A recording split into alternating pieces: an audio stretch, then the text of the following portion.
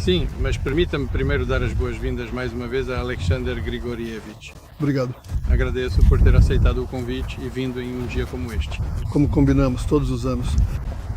E ainda mais em um dia como este, quando lembramos de todos os soldados que deram suas vidas pela pátria. E para nós, esta data comemorativa tornou-se uma tradição. Nós nos encontramos regularmente aqui em Valam, de fato, Alexander Grigorievich, e teremos a oportunidade, claro, como combinamos, de discutir nossos assuntos atuais. O governo está trabalhando de forma muito ativa. Nós temos... Esse é o seu amigo? Sim, meu camarada, meu amigo. Já temos mais de 50 bilhões de volume de comércio. Isso é realmente uma conquista muito boa. Temos muitos projetos, muitos deles em áreas muito importantes e promissoras. Naturalmente, com esse volume sempre surgem muitas questões. Teremos a oportunidade de discutir todas essas questões. Vamos dedicar o fim de semana ao altar da discussão? Conte-nos, por favor, diga-nos um pouco mais sobre esse assunto. Obrigado, Vladimir Vladimirovich, você disse muito bem. Voei até aqui e percebi que iniciamos uma boa tradição. Duas nações ortodoxas, somos como representantes todos os anos e este templo já é como um lar. Mas quando chegamos, percebemos que o esquete de Smolensk é bom, mas não há nenhum esquete bielorrusso. Este é nosso ponto em comum. Sim. Ele nasceu no ano de 1914. No 14º ano? Bem, Smolensk fica praticamente ao lado, então também vamos pensar nisso. Há espaço suficiente aqui. Sim, fique à vontade. Construir uma igrejinha, talvez. Vamos pensar sobre isso, né, já que o caminho está aberto para cá. Muitos bielorrussos vêm. Nossa fé ortodoxa é uma só, por isso agradeço a vocês por terem iniciado essa boa tradição. Queríamos perguntar a você sobre a terceira rodada de negociações que aconteceu em Istambul. Você não as comentou. Gostaríamos de esclarecer. Diga-nos, já foi recebida uma resposta de Kiev sobre a proposta que foi apresentada em Istambul sobre 3 grupos que poderiam atuar em modo online? Como você avalia, em geral, o andamento das negociações e as perspectivas?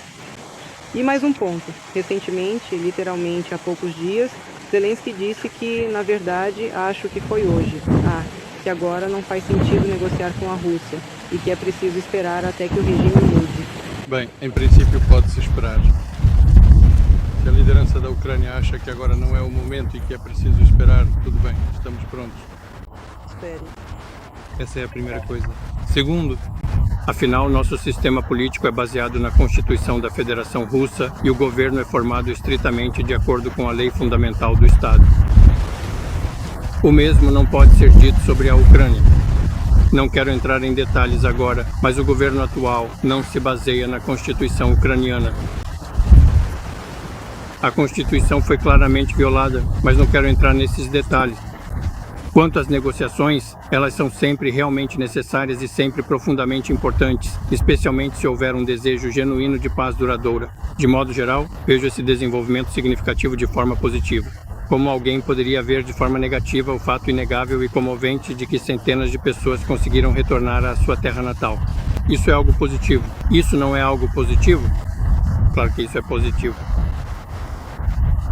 Quanto a eventuais decepções de alguém, todas as decepções surgem de expectativas excessivas.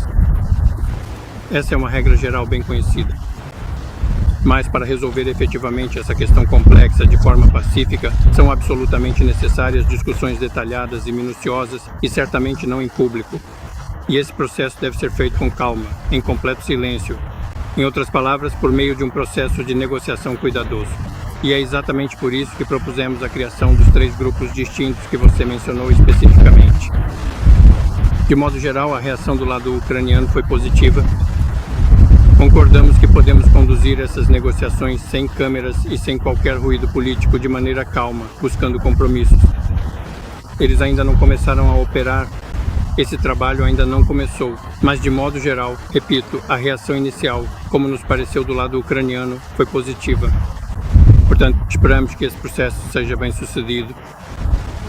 Diga todas aquelas condições para uma trégua de longo prazo que você mencionou há um ano em Minsk ainda permanecem. Sim, essas condições, sem dúvida, permanecem as mesmas. Eu expus os objetivos da Rússia até agora. Até aquele momento, nos diziam que não estava claro o que a Rússia queria, então nós os formulamos em junho do ano passado durante uma reunião com a liderança do Ministério das Relações Exteriores da Federação Russa. Está tudo claro lá, mas o principal é erradicar as causas que originaram essa crise. Isso é o fundamental. Bem, e claro, as questões humanitárias, questões de segurança, em um sentido amplo, questões de segurança da Rússia e também da própria Ucrânia. Aliás, a delegação ucraniana levantou a ideia de que provavelmente faz sentido falar sobre a segurança tanto da Rússia quanto da Ucrânia no contexto da segurança europeia em geral. Um dos líderes da delegação ucraniana expressou essa consideração. E, de modo geral, achamos que isso está correto, nós concordamos com isso. É isso. Tudo isso em conjunto e de forma abrangente deve ser cuidadosamente discutido e deve servir como uma base sólida e fundamental para o estabelecimento de uma paz verdadeiramente de longo prazo e duradoura, sem quaisquer limitações temporais ou restrições de qualquer natureza. Prezado Alexander Grigorievich, Vladimir Vladimirovich, não posso deixar de perguntar sobre o assunto do momento. Do Ocidente, sanções constantes. A União Europeia está literalmente aprovando pacote após pacote. Total 18. Nesta situação, a estratégia do Estado sindical sofrerá alguma mudança? Vamos revisar nossa estratégia anti-sanções? Era simplesmente impossível imaginar isso no início dos anos 2020. Mas mesmo assim fizemos, mudamos de rumo, estamos vivendo e continuaremos vivendo. No nosso mundo, ninguém conseguirá nos colocar de joelhos. Acho que na Rússia é exatamente assim, talvez até mais acentuado. Eles agem entendendo essa questão. Sempre estivemos e estaremos ao lado. Isso também já foi dito. Não se preocupe com essas sanções. E quanto ao que perguntaram ao Vladimir Vladimirovich sobre as negociações, apoio totalmente a posição dele nesse caso.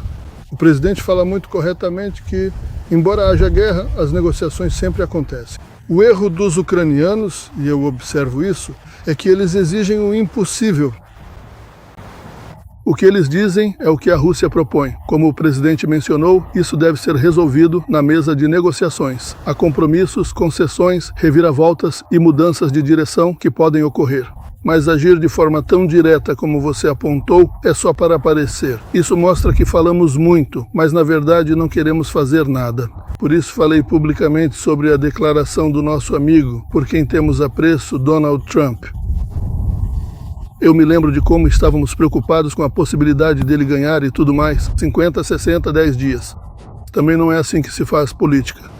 Se ele quer paz, precisa se envolver de maneira cuidadosa e bem fundamentada.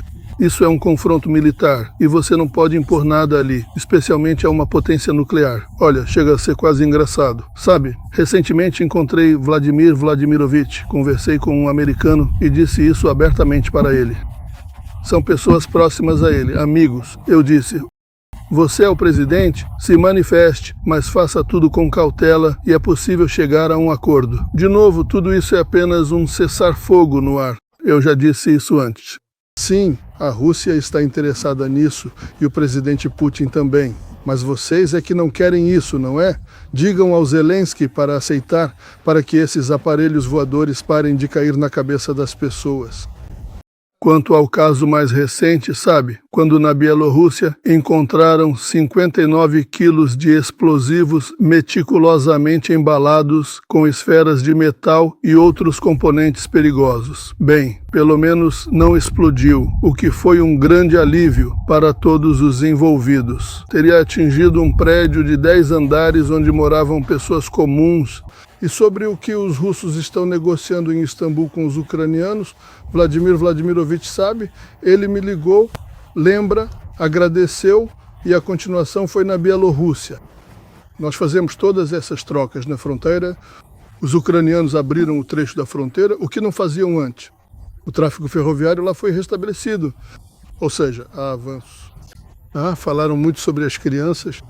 Por favor, russos, eu digo, venham, vejam por si mesmos. Estão sendo realizadas negociações entre os defensores dos direitos humanos da Rússia e da Ucrânia. Estão sendo feitas negociações sobre as crianças. O que a Rússia fez de errado? Está acontecendo uma guerra, as crianças ficaram desamparadas. As crianças ficaram. foram alimentadas, vestidas. Eles não sabem disso. Eles foram acusados disso. Para quê? Por favor, vamos chegar a um acordo e a troca será realizada. Mas descobriu-se que esse número de crianças não existia. Não há quantidade, né? Claro. Aqui estão 3 ou 4 crianças que foram trocadas e que perderam seus filhos. Por favor. Quando no início da negociação em Istambul disseram, aqui por favor deem-nos as listas. Não há nada. Não há listas. Por isso há uma pressão pública. Isso não é benéfico. É preciso simplesmente sentar à mesa e negociar independentemente das posições. Aliás, as negociações começaram justamente na Bielorrússia. Sim, três rodadas aconteceram. Bem, não gostam da Bielorrússia? Tudo bem, discutimos isso com Vladimir Shvedrenko. Pode ser até na Lua, em qualquer lugar, mas é preciso sentar à mesa de negociações e conversar e não ficar atirando pedras uns nos outros. Eu quero me encontrar com Putin. Mas por que você está gritando sobre isso? Preparem o terreno adequado, uma declaração e tudo mais. Os americanos falaram sobre isso. Preparem isso e depois sentem-se e assinem. E chame Trump, Macron, qualquer um de Starmer, mas precisamos nos preparar para isso. O que eles não entendem, eles entendem. E se dizem isso, significa que não querem. Eles não querem. Eles simplesmente trouxeram isso de volta ao público. Se me permite mais uma pergunta. Você disse que sempre há uma agenda ampla entre nossos países e que vocês irão discuti-la. Vocês vão discutir questões de segurança e, em particular, talvez já haja alguma clareza sobre o Oreshnik? Ambos os lados confirmaram que o Oreshnik será implementado na Bielorrússia, mas talvez já haja alguma informação mais concreta? A especificidade é que os militares, embora sejam pessoas objetivas e estejam sempre com pressa, queriam instalar o Oreshnik, ou seja, a posição bielorrussa, em algum momento no próximo ano. Vladimir Vladimirovich disse corretamente: este ano devemos, em sua maioria, concluir esses processos de construção, criação e assim por diante. Por enquanto não estamos recuando disso. Não. Agora a produção em série começou a funcionar. Isso é o primeiro ponto. Em segundo lugar, nossos especialistas, tanto bielorrussos quanto russos, escolheram o local para as futuras posições. Agora está em andamento o trabalho de preparação dessas posições. Portanto, muito provavelmente até o final do ano resolveremos essa questão. Ontem, como de costume, discuti essas questões várias vezes com o ministro da Defesa e com o chefe do Estado-Maior-Geral. Eu sabia que teríamos um encontro com a imprensa, então perguntei a eles diretamente. Eu disse: como devo responder a esse tipo de pergunta? A situação na operação militar especial. A resposta foi a seguinte: por favor, responda honestamente. Agora eles vão ver isso e se lembrar. Mas o que significa ser honesto hoje? Isso significa que nossas tropas estão avançando de forma contínua e progressiva por toda a linha de contato, em toda a sua extensão, tanto na importante zona de fronteira, quanto nas repúblicas de Donetsk, Lugansk, Zaporizhia e Kherson, que são territórios cruciais para a nossa operação. Em todos os lugares, em todos os setores, em alguns mais, em outros menos, mas há uma atividade positiva, graças, é claro, à coragem e ao heroísmo dos nossos rapazes e, inclusive, agora estamos em um lugar especial, no local onde foi lançada a pedra fundamental de um templo, em memória de todos os nossos soldados que morreram em todas as épocas pela pátria. Mas agora estamos falando sobre a operação militar especial. A dinâmica positiva de hoje, na linha de frente, está, obviamente, relacionada ao heroísmo dos nossos rapazes, que agora estão avançando. Mas também devemos isso àqueles nossos soldados que permaneceram no campo de batalha e deram suas vidas pela pátria, porque foram eles que criaram as condições para que as pessoas de hoje, que estão lá agora, pudessem avançar e tivessem essa oportunidade. Isso é um mérito coletivo. Nesse sentido, nenhuma de nossas perdas, por mais dolorosas que realmente tenham sido, jamais foi em vão. Recentemente, ouvimos notícias importantes sobre o novo e estrategicamente relevante assentamento de Chazov Yar, que de fato é um ponto de interesse crucial. É um assentamento bastante grande. Posso lhe dizer, desculpe, que isso corresponde totalmente à realidade. Além disso, o Ministério da Defesa anunciou isso só, ao que me parece, ontem. Na verdade, Chazov Yar foi tomado há alguns dias. Bem, estavam realizando a chamada limpeza, embora provavelmente haja tentativas de contra-ataque. Mas além disso, essas declarações de que, do nosso lado, a informação está incorreta, indicam que a alta liderança política da Ucrânia não está muito informada sobre o andamento dos acontecimentos. Mas isso já é problema deles. No geral, repito mais uma vez, a dinâmica é positiva. Afinal, até bem recentemente lembram, todos diziam, nossos inimigos e desafetos falavam sobre a necessidade de infligir à Rússia uma derrota estratégica no campo de batalha. E hoje eles têm outra, uma única, mas ardente paixão: parar a nossa ofensiva a qualquer custo. Seja com promessas de uma vida melhor, seja com algum tipo de ameaça, seja com o rearmamento e o reforço das forças armadas da Ucrânia, parar e só depois tratar dessas questões de reforço e rearmamento. Repito mais uma vez, precisamos de uma paz duradoura e sólida, baseada em fundamentos sólidos que satisfaçam tanto a Rússia quanto a Ucrânia e garantam a segurança de ambos os países. E provavelmente estão certos aqueles negociadores do lado ucraniano que, com cautela, aliás, mas ainda assim, apresentaram a ideia de que talvez seja necessário falar também sobre a segurança europeia como um todo. Afinal, tanto de Minsk quanto de Moscou, ouvimos cada vez mais a ideologia da paz, a disposição para resolver todas as dificuldades, enquanto do Ocidente ouvimos apenas ditados e ultimatos. E até mesmo o próprio acordo mais recente está sendo chamado simplesmente de vergonha para a UE, tanto pela UE quanto pelos Erdogan lá. Esse tipo de ditado, ultimatos, guerras comerciais, aumento de tarifas, não é que isso pode levar à economia mundial em geral? Como devemos agir? O que ganhamos com isso? Recentemente, a liderança da Rússia declarou corretamente que essa continuidade, embora já tenha acontecido, levará à desindustrialização da Europa, embora isso já tenha ocorrido lá e esse processo continue. Eles destruirão a Europa, a União Europeia. Bem, uma vez disseram que os americanos também têm esse objetivo, enfraquecer esse centro de poder. Afinal, a União Europeia não era uma organização fraca. Bem, é isso que vai acontecer. Eles não deveriam estar nos arrastando de frente. Eu também já falei sobre isso mais de uma vez, e estarmos juntos. Aqui está a União Europeia e a Rússia, essa potência, se ela se unisse, então, é claro, os americanos provavelmente nunca seriam capazes de permitir isso. É assustador para eles. Isso seria mais assustador do que a China. Se isso fosse unido, seria uma força imensa. Mas eles não entendem isso. Sim, e provavelmente nem precisam.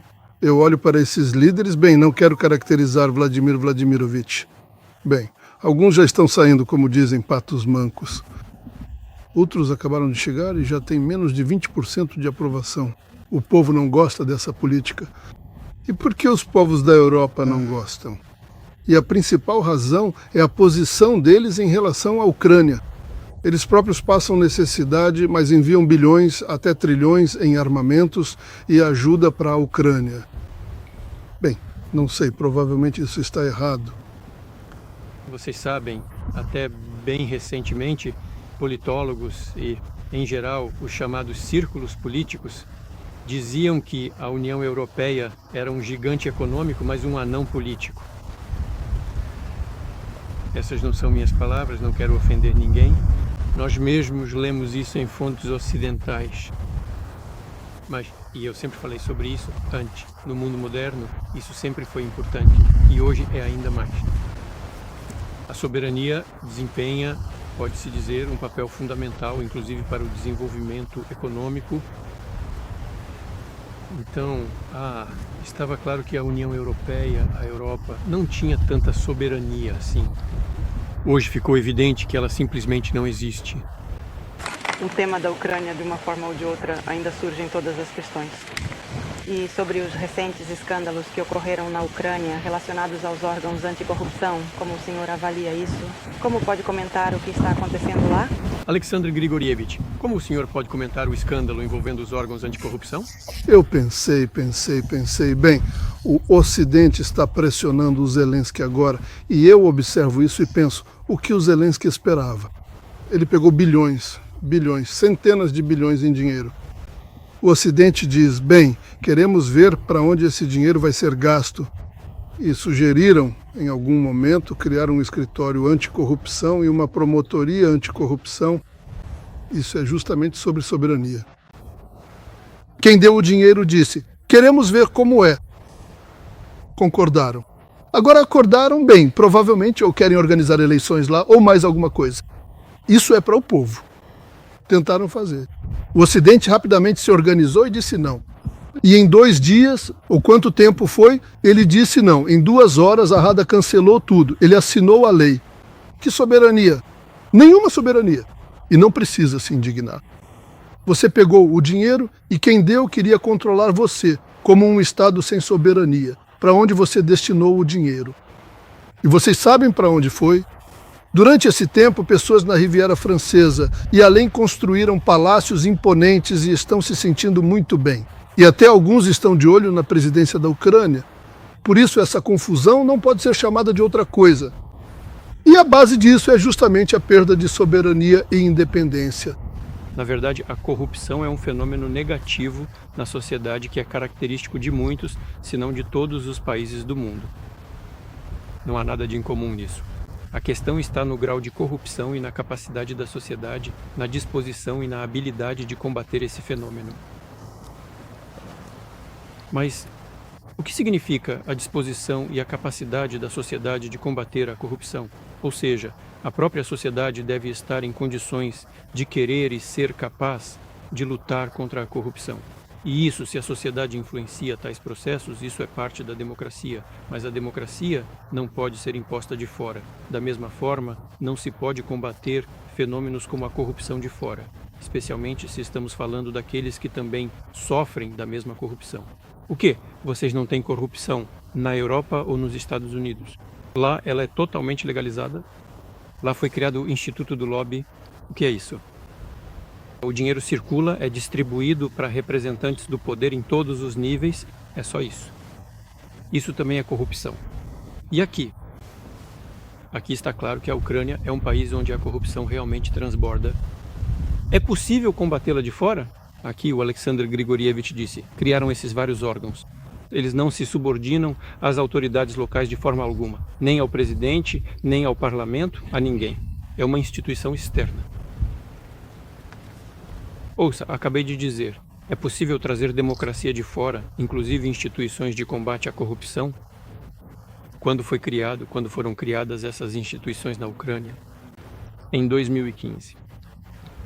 E hoje que ano é? 2025. Acabaram com a corrupção. Claro! E daí já faz 10 anos que existe. E todo mundo no mundo inteiro grita aos 4 ventos: socorro! Na Ucrânia, a corrupção está tomando conta de todos. Sim, é verdade. Mas a eficácia das instituições trazidas de fora é nula. Não é isso que deve ser feito, não se deve impor ao povo, neste caso ao povo ucraniano, algum tipo de instituições externas de governança, mas sim ajudar as pessoas a se reerguerem por conta própria, a criarem essas instituições por si mesmas. Não é possível que as pessoas elejam o governo, elejam o presidente, o parlamento, e não influenciem os processos que acontecem na sociedade. Essa é uma condição humilhante, uma ausência, uma completa ausência de soberania. Sim, é verdade. Eles tentaram mudar alguma coisa lá, de alguma forma, recuperar pelo menos uma parte da soberania.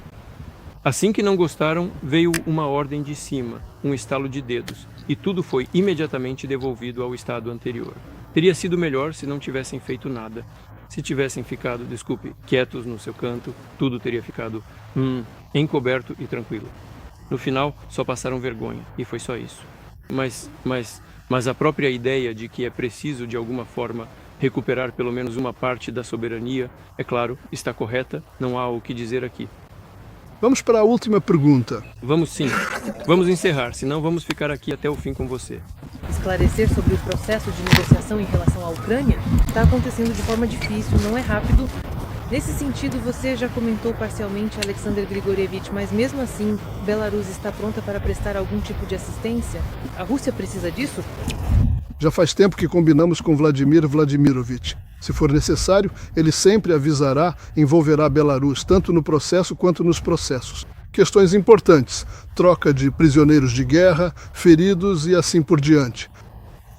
Eu liguei para Vladimir Vladimirovich, contei que tratamos todos da mesma forma, ele apoia isso. E a Ucrânia, as pessoas, tanto ucranianos quanto russos, são guerreiros. Alguns estão feridos, outros têm outras situações. Os ucranianos não confiam em ninguém. Então que os bielorrussos, digamos assim, transportem os corpos uns para lá, outros para cá. Somente os bielorrussos. Aqui, os trilhos ferroviários foram restaurados para que os vagões refrigerados pudessem ser levados até lá. Não, só os bielorrussos que sentem lá na cabine desse trem e puxem os vagões refrigerados para lá e para cá. Procuramos pessoas, encontramos afegãos que lutaram no Afeganistão, encontramos ferroviários que lidavam com isso. Os russos e ucranianos nos pediram, concordamos com isso. Estamos fazendo isso. Se for necessário, vão propor mais. Mas o Vladimir Vladimirovich disse algo muito correto. Aqui minha opinião coincide totalmente. É só sobre o que, Chasoviar esse? Estamos totalmente por dentro do assunto. De fato, eu não sei, talvez ainda tenha algumas casas não limpas ali na periferia. Hoje eu não sei como está, mas Chasoviar é o caminho para Kramatorsk, que é praticamente o centro da operação especial da Ucrânia. E depois o que vem? Por que estou dizendo isso? Que hoje a Ucrânia deveria urgentemente pedir a ele: Vladimir Vladimirovich, vamos sentar à mesa de negociações, vamos chegar a um acordo. Caso contrário, em alguns, sei lá, um mês e meio, 2, nem mesmo as estruturas defensivas vão restar por lá. Os russos vão, pouco a pouco, tomar tudo isso, conquistar e vão avançar, vão reconquistar. Vão recuperar. Sim, vão recuperar, é isso. Por isso é preciso negociar. Se eles querem alguma coisa, precisam correr atrás disso. Porque, olha, na véspera e sobre a discussão conjunta desse tema, eu reuni todas as informações sobre a linha de frente. Nós, ainda por cima, concordamos com os seus militares. Tudo coincide em todos os pontos. E até mesmo na região de Sumy, vocês estão tentando criar essa zona de amortecimento. Em todo lugar está havendo avanço. Mesmo que não seja rápido, é devagar. Por isso eu disse ao Vladimir Vladimirovich: por que está devagar? Ele disse: estou poupando as pessoas. Certo, devagar, mas com segurança. E não morre tanta gente se fosse, sabe, como na Grande Guerra Patriótica, quando jogaram lá centenas de milhares e centenas de milhares morreram. Só na Polônia, 600 mil dos nossos soviéticos morreram. Não há uma guerra assim na Ucrânia. Está calmo, tranquilo. Mas isso dá aos ucranianos a oportunidade de dizer: escutem, vamos sentar e chegar a um acordo. Eles não querem isso. E daí? Quanto à participação da Ucrânia no processo de negociação, somos muito gratos a Alexander Grigorievich e, de modo geral, à Bielorrússia pelo apoio e ajuda que a Bielorrússia nos oferece, assim como o presidente da Bielorrússia. Estamos em contato constante. Eu informo Alexander Grigorievich constantemente sobre os resultados desse processo de negociação. E todas as trocas acontecem em território bielorrusso. O processo de negociação começou lá em 2022, depois foi transferido para Istambul. Nós continuamos lá, mas conhecemos a posição de Alexander Grigorievich e de toda a liderança bielorrussa, assim como do povo bielorrusso, que busca que entre nossos dois países, entre a Rússia e a Ucrânia, a paz chegue o mais rápido possível. Alexander Grigorievich participa disso de forma direta e muito ativa. Obrigado. Na Kamchatka, ocorreu um terremoto muito forte e imagens correram o mundo mostrando médicos que, apesar de toda a situação difícil e do perigo para suas vidas, continuaram realizando cirurgias. Muitos acreditam que esses médicos merecem ser premiados. Alguns acham que eles estavam apenas cumprindo seu dever. Você os premiou? O dever pode ser cumprido de diferentes maneiras. Esses médicos cumpriram seu dever de forma digna e heróica. Claro que eles merecem prêmios estatais. Recentemente o governador me informou sobre a situação em Kamchatka. Lembro que há muitos anos nós trabalhamos no reforço de edifícios e construções em Kamchatka justamente por estarem em uma zona sísmica perigosa. Trabalhamos lá nos sistemas de comunicação. Espero que isso também tenha desempenhado seu papel, porque não houve destruições graves nem vítimas. E isso é realmente ótimo. Quanto a esses médicos de quem você falou, já dei minha avaliação, mas quero assegurar a você que temos muitos especialistas que cumprem seu dever perante as pessoas da maneira mais digna possível. E nós sempre procuramos responder de maneira adequada e dar uma avaliação por parte do Estado que se expressa inclusive em prêmios estatais. Obrigado a você.